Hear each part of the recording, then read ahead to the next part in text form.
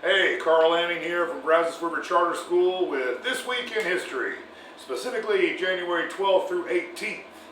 So, we start off with a little bit of musical history today. On January 12th of 1968, Led Zeppelin's first album was released in the United States. Led Zeppelin would go on to sell a little over 200 million albums as of so far. Now, what I found was interesting is actually that the talent scout that discovered Led Zeppelin on the same night at another venue discovered the band Yes. Not bad for one night's work. Let's see, I hope he was working on commission. Also, in other music news, January 15th of 1967, the Rolling Stones appeared on the Ed Sullivan Show. Now, this was not their first appearance, but this shows you a little bit how times have changed. You might notice the look on Mick Jagger and Keith Richards' face there. They're not happy because they were there to perform the song Let's Spend the Night Together.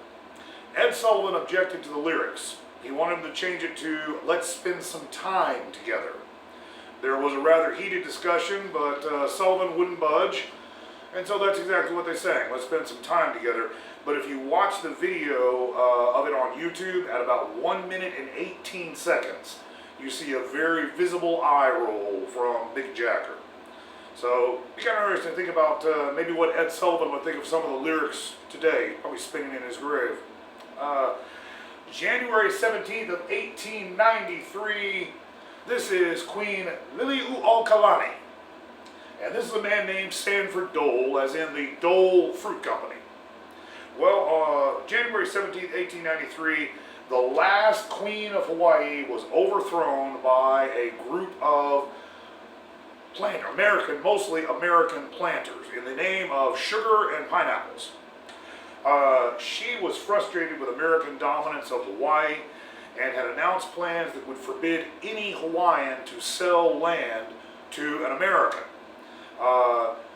Sanford Dole was the leader of the coup, along with some Marines and sailors borrowed from a ship, the USS Boston, which happened to be in harbor at the time.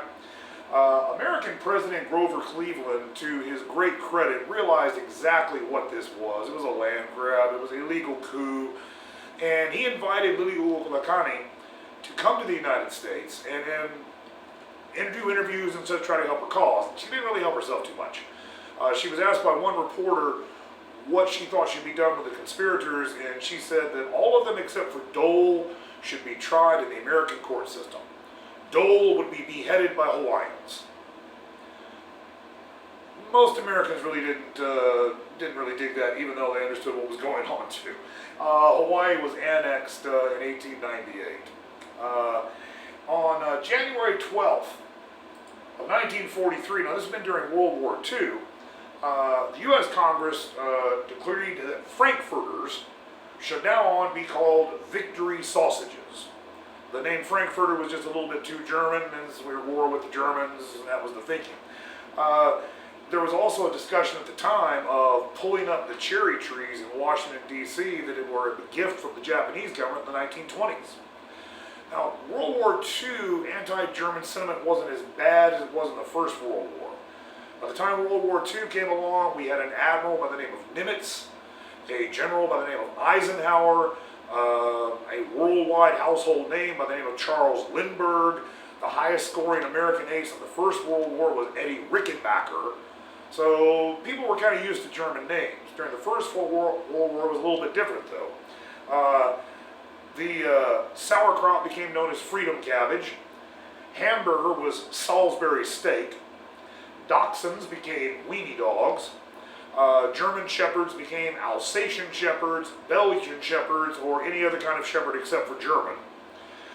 Music classes and orchestras all across America quit playing music by German composers such as Wagner or Beethoven. German language classes were ended. I think the state of California banned them entirely. The books written by German authors were pulled from library shelves, and even some of them were burned. Street names, town names were changed. As a matter of fact, there was a town in Texas. It's kind of in the edge of the Panhandle. It's near Aspermont, if you know kind of where that area is. was called New Brandenburg. And it was a very, very German town, and the town fathers decided to get together and change the name of the town to the most patriotic thing they could think of, because economically they were dying. Well, as it turns out, Old Glory, Texas is still on the map. So, well, that's it for this week in history. Just to let you know what's coming up next week. This fellow right here, Edgar Allan Poe. What kind of a soldier was he when he was in the Army? You might actually be surprised. Thank you from Brazos River Charter School. I'm Carl Lanning, and we look forward to seeing you right here next week.